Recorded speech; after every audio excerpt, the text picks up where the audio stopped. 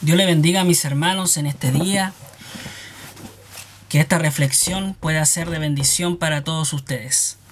Quiero leer en el libro de Éxodo capítulo 1, versículo 8 en adelante, y dice: Entre tanto se levantó sobre Egipto un nuevo rey que no conocía a José, y dijo a su pueblo: He aquí el pueblo de los hijos de Israel es mayor y más fuerte que nosotros. Ahora pues seamos sabios para con él, para que no se multiplique y acontezca que viniendo guerra, él también se una a nuestros enemigos y pelee contra nosotros, y se vaya de la tierra. Entonces pusieron sobre ellos comisarios de tributos que los molestasen con sus cargas, y edificaron para Faraón las ciudades de almacenaje, Pitón y Ramesés. Pero cuanto más los oprimían, tanto más se multiplicaban y crecían, y de manera que los egipcios temían a los hijos de Israel. Y los egipcios hicieron servir a los hijos de Israel con dureza, y amargaron su vida con dura servidumbre, en hacer barro y ladrillo, y en toda labor del campo, en todo su servicio, el cual los obligaban con rigor. Amén. Gracias, Señor. En esta palabra me ha llevado a reflexionar también sobre lo que pasó en un momento en la Segunda Guerra Mundial, sobre un campo de concentración que, según los historiadores, fue el campo más terrible, ¿cierto? El campo de exterminio de judíos que estaba en Polonia, llamado el campo de exterminio de Auschwitz. Y allí en la entrada había un letrero que decía: el trabajo los hará libres. Y este mensaje obviamente era un mensaje escondido, oculto, macabro, porque en realidad el trabajo que iban a llevar allí los judíos era un trabajo de muerte, un trabajo de muerte por agotamiento, un trabajo duro, un trabajo opresor, el que iban a llevar en ese campo. Y eso me hace recordar lo que leímos hoy día, ahora en la palabra, en la cual Faraón quería imponer este tipo de trabajo sobre los hijos de Israel.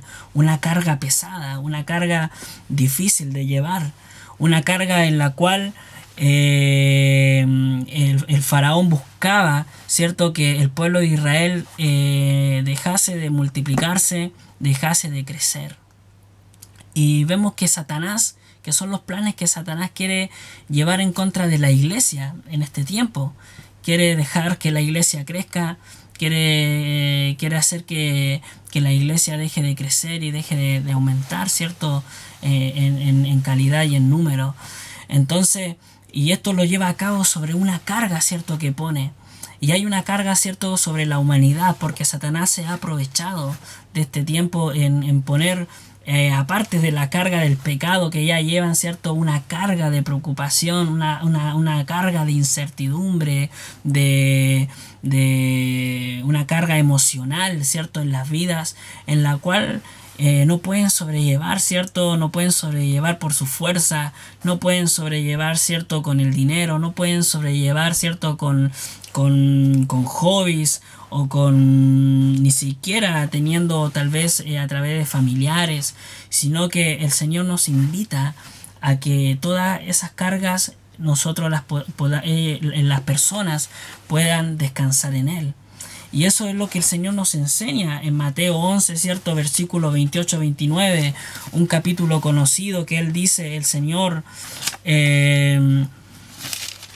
venid a mí todos los que estáis trabajados y cargados, y yo os haré descansar. Después dice: llevad mi yugo sobre vosotros y aprended de mí, que soy manso y humilde de corazón, y hallaréis descanso para vuestras almas, porque mi yugo es fácil y ligera mi carga. Qué importante, ¿cierto?, en que la gente pueda encontrar descanso, pero no lo pueden encontrar, ¿cierto?, fuera de Cristo, no lo pueden encontrar fuera de Jesús. Asimismo, como nosotros como cristianos también tenemos que aprender a descansar en el Señor. Tenemos que aprender, ¿cierto?, a entregarle todas nuestras cargas y tomar, ¿cierto?, la carga que dice el Señor. Aquí le da una connotación positiva. Él dice: porque mi yugo es fácil y ligera mi carga. Sabemos que el yugo era una pieza de madera, ¿cierto?, que unía dos animales, y eso era el yugo. Pero aquí vemos que el Señor le da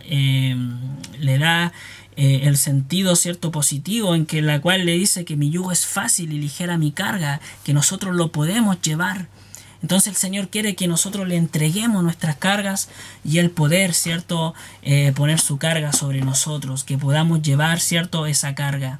Y esa carga que el Señor quiere colocar en nosotros es también, ¿cierto? La carga que hay en el corazón de Él. Y el Señor quiere libertad a esta humanidad. Nosotros como cristianos, el Señor nos llamó a libertad, como dice su palabra. En Gálatas 5:1, Cristo nos libertó para que vivamos en libertad. Por lo tanto, manténganse firmes y no se sometan nuevamente al yugo de esclavitud. Así que el Señor, ¿cierto? No quiere que estemos de nuevo en el yugo de esclavitud y de pecado, como lo está ahora el mundo sometido, sino que nosotros permanezcamos firmes en la libertad, que podamos liberar a otros. Ese también es la carga del Señor, que podamos liberar, que podamos sanar. En Lucas 4, Lucas capítulo 4, versículo 18 dice: el Espíritu del Señor está sobre mí, por cuanto me ha ungido para dar buenas nuevas a los pobres. Me ha enviado a sanar a los quebrantados de corazón, a pregonar libertad a los cautivos y vista a los ciegos, a poner en libertad a los oprimidos, a predicar el año agradable del Señor. Qué importante, hermanos, ¿cierto? Tener esta carga del Señor. El Señor empieza diciendo: el Espíritu del Señor está sobre mí, ¿cierto? Por cuanto me ha ungido. Y el Señor quiere también ungirnos a nosotros. Quiere llenarnos, ¿cierto?, de su Espíritu Santo para que nosotros podamos llevar a cabo este ministerio. El ministerio de la liberación, el ministerio de la sanidad, ¿cierto? El ministerio de la reconciliación, el ministerio de libertad a los cautivos.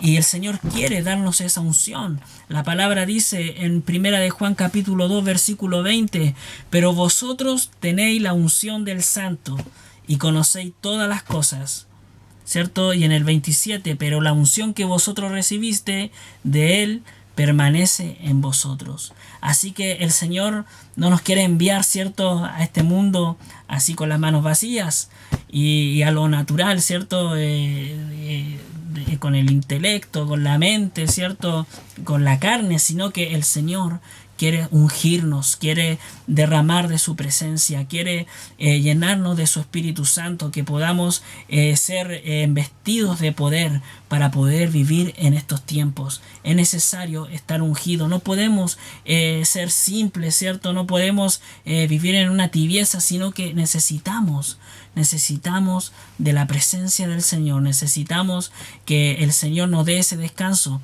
El Señor le dijo a Moisés: en mi presencia irá contigo y te dará descanso. Cuando nosotros, el Señor nos unge, ¿cierto?, también podemos nosotros descansar en Él de todas nuestras cargas, pero también podemos libertar a otros. Así que, hermanos, hay una carga sobre este mundo. Hay una carga, ¿cierto?, que como leímos en el capítulo 1, quiere primeramente dejar de que la iglesia se multiplique, ¿cierto? Que la iglesia deje de multiplicarse, deje de crecer, pero dice la palabra que en la puerta del infierno, que las puertas del Hades no prevalecerán contra su iglesia, ¿cierto? Para esto apareció el Hijo del Hombre, para deshacer las obras del diablo. Entonces el Señor quiere libertar, el Señor quiere liberar a las vidas oprimidas. Pero nosotros como cristianos debemos permanecer en esa libertad. No debemos someternos al yugo de esclavitud del faraón. No debemos, ¿cierto?, trabajar, ¿cierto?, con el barro y el ladrillo del mundo, sino que debemos, nuestras fuerzas deben estar dirigidas hacia el Señor, hacia lo que Él quiere. Así que, hermanos, yo les bendigo en este día. Les bendigo a cada uno de ustedes. Y que el Señor sea ungiéndolo a cada uno de ustedes. Si tú estás en ese lugar y necesitas de la unción del Señor, extiende tus manos a Él y el Señor derrame de su óleo fresco, La palabra dice en Isaías capítulo 10, versículo 27: Dice, acontecerá en aquel tiempo que su carga será quitada de tu hombro y su yugo de tu cerviz, y el yugo se pudrirá a causa de la unción. Cree, hermano, que en la unción del Señor viene sobre su vida para poder pudrir todo yugo que está alrededor de usted. Dios le bendiga y le levante y le unja. Amén y amén. Gracias, Señor.